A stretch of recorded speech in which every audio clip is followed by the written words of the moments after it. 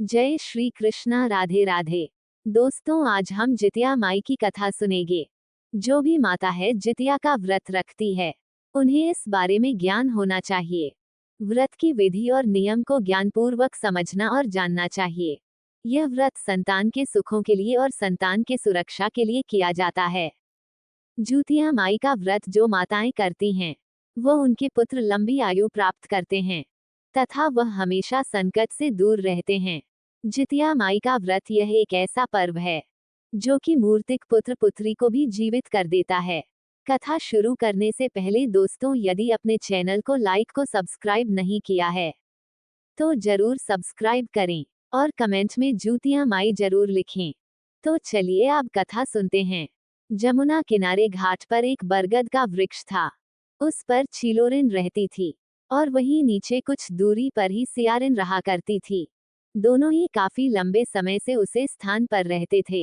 एक दिन की बात है कि चिलोरिन अपने घोंसले में बैठकर दूर का नजारा ले रही थी। तभी उसने देखा कि जमुना नदी के घाट पर कुछ महिलाएं स्नान कर रही हैं और भीड़ भी लगी हुई है। उसने यह उसे देखकर सियारिन से कहा, मुझे कुछ दिखाई दे रहा है। आज तो जमुना नदी के घाट पर काफी भीड़ लगी हुई है। तभी सियारी ने कहा, अच्छा तो बताओ वहां क्या हो रहा है। कि नहीं, मैं यहाँ से ज्यादा कुछ नहीं देख सकती। बस वहां लोगों की औरतों की भीड़ लगी हुई है। तुम जो वहां पर और जाकर के पता करो। सियारी करती है, नहीं मैं कैसे जाऊं। अगर मैं पास गई तो महिलाओं के तो वह लोग मुझे मार के भगा देंगे। मेरी तो हड्डी पसलियां ही तोड़ देंगे। ऐसा करो तुम ही जाओ चिलोरिन रानी और पता करके आओ। सारी बातें तब चिलोरी अपने घोंसले से उड़कर जमुना के तट पर जाती है जहां महिलाओं का जमावड़ा था। कुछ महिला स्नान कर रही थी और कुछ स्नान करके पूजा कर रही थी। तभी एक बूढ़ी औरत वहां बैठकर पूजा करते हुए कथा सुना रही थी। कथा सुनते हुए चिलोरिन कहती है, माता, यह आप लोग किसकी पूजा कर रहे हैं और क्यों कर रहे हैं। तब बूढ़ी माता उसे बताती है कि हम लोग जितिया माता की पूजा कर रहे हैं। आज जितिया माता का पर्व है और इसे करने बच्चों की लंबी आयु होती है तथा माताएं अपने संतान सुख की प्राप्ति के लिए करती है। इस पर्व को करने से पुत्र और पुत्री की हमेशा सुरक्षा होती है तथा उन पर कोई संकट नहीं आता। जिनके संतान नहीं होता तो उन्हें संतान की प्राप्ति होती है तथा मृत्यु मरे हुए बच्चे भी जिंदा हो जाते हैं। इस पर्व को करने से लाभ होता है। सुनकर चिलोरिन बहुत खुश होती है और बोलती है, ये पर्व तो मैं भी करूंगी। ऐसा कहकर सभी नियमों को जानकर वह दोबारा अपने घोंसले की ओर उड़ जाती है और अपने टहनी पर बैठ जाती है। तभी उसकी सहेली सियारिन उससे पूछती है कि बताओ क्या बात है। चिलोरिन उसे सारी बातें बताती है तथा जितिया की पूजा के बारे में बताती है और उसे पर्व करने के नियम को समझती है। अब चिलोरिन और सियारिन दोनों सहेली व्रत करने के लिए सहमत हो जाती है और एक दूसरे से कहते हैं कि हाँ, मैं भी व्रत करूंगी। ठीक है। अगले दिन ऐसा ही करती है। जमुना नदी में जाकर दोनों स्नान करती है। स्नान करने के बाद पूजा करती है और पंडित जी से जितिया माता की कथा सुनती है।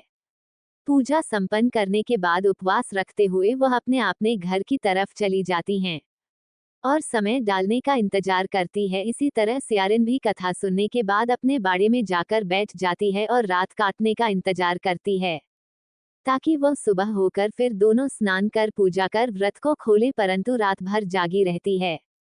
इधर चिलोरी अपने घोंसले में अपने बच्चों के पास बैठकर तारों को देखती रहती है और भगवान का स्मरण करती है। उधर सियारिन दिन भर की भूखी हरी समय गुजारना बहुत मुश्किल हो रहा था। जैसे तैसे तो सियारिन दिन गुजर लेती है, परंतु रात के समय उसे बहुत जोर से भूख लगती है। तभी उसे पता चलता है कि पास के गांव में ही किसी व्यक्ति की मृत्यु हुई है जिसे आधा अधूरा जलाकर छोड़ दिया गया है और उसे मांस की खुशबू आने लगती है। वो ये खुशबू है बर्दाश्त नहीं कर पाती और चोरी छुपके मांस खाने के लिए अपने बाड़े में उधर इधर देखने लगती है और चिलोरिन से पूछती है, चिलोरिन रानी क्या कर रही है। तो चिलोरिन अपने घोंसले से बोलती है, मैं तो अपने बच्चों के पास बैठी हूँ और रात काटने के इंतजार में हूँ। ये पूछकर सियारिन फिर से अपने बाड़े में घुस जाती है। इसी तरीके से वह 2-3 बार पूछती है। तभी चिलोरीन को शक होता है कि कुछ तो बात है, तभी यह बार बार मुझे पूछ रही है। इस बार में पूछने पर कुछ नहीं बोलूंगी।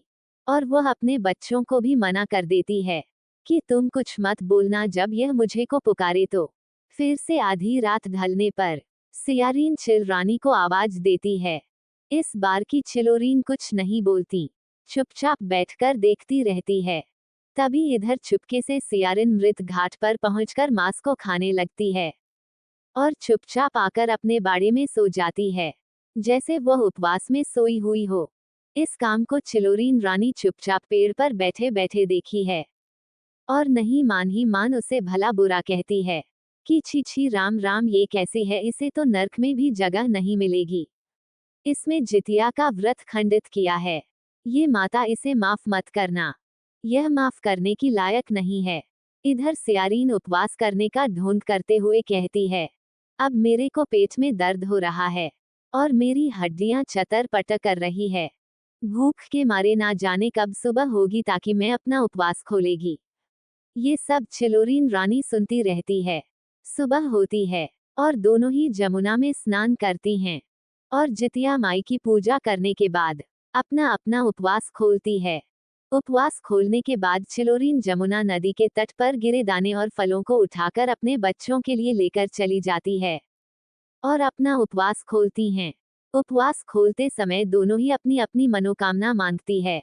मुझे किसी राजा के घर में जन्म देना और राजा महाराजा से मेरा विवाह हो।